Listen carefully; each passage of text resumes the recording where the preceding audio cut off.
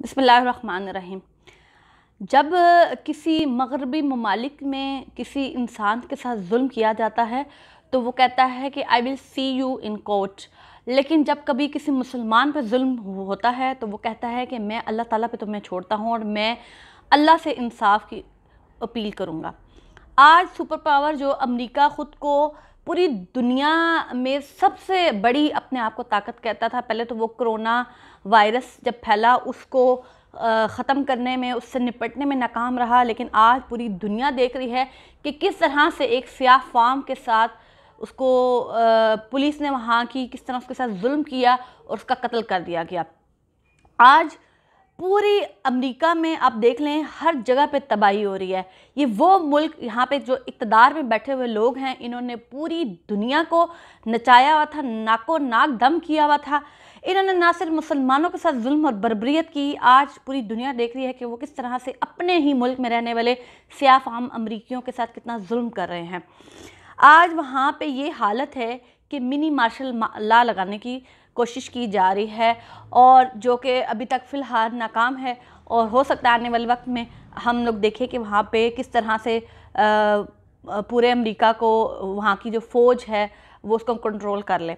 वहाँ की जब फ़ौज जिस भी मुल्क में जाती है वहाँ पे तबाही लेकर आती है। अफ़गानिस्तान में जब वो आए तो उन्होंने अफ़गानिस्तान की 4 नस्लों को तबाह कर दिया। जहाँ जहाँ जाते हैं तबाही के सिवा कुछ भी नहीं करते। ये अल्लाह का इंसाफ है और मैं आज अल्लाह ताला के शुक्रगुज़ार हूँ। मैं सिर्फ एक बात कहती हूँ, मैं हमेशा बात करती थी कि कश्मीर में होने वाले मज़ालिम की वजह से कश्मीरियों पर जो जुल्म किया जा रहा है, उनकी आहें, बद्दुआएं, सिसकियाँ हिंदुस्तान को ले डूबेंगी। और इसी तरह अमेरिका ने इराक़ में तबाही की, फ़लस्तीन में तबाही की। कौन सा मुल्क है जो मुसलमान का सबसे बड़ी जो तबाही उन्होंने अफ़गानिस्तान में की, जो उन्होंने 4 नस्लें उनकी तबाह कर दी। आज अल्लाह वो इंसाफ कर रहा है। मैं अपने रब से एक ही बात कहूँगी कि अल्लाह बड़ा रहीम और करीम है। जो इस दुनिया में दूसरे को कमतर समझता है, दूसरे के साथ जुल्म करता है, उसके सामने ज़रूर आता है।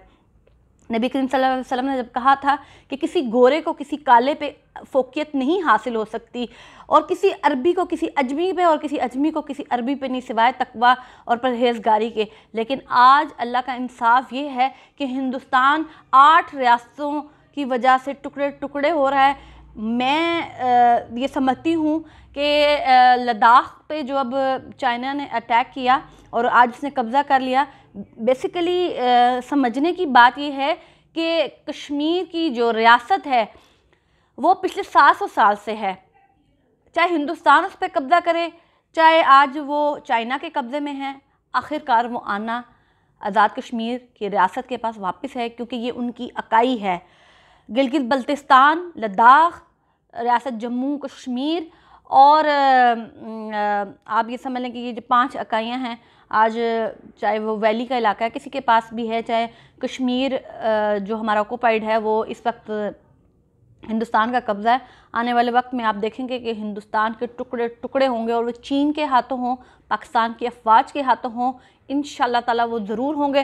दूसरी बात ये कि मैं हमेशा से कहती आई हूँ कि हम मुसलमान हैं, अजमी हैं, और हम लोगों को नबी करीम सल्लल्लाहु अलैहि वसल्लम की दुआ है, खुदा के लिए होश के नाखून लें।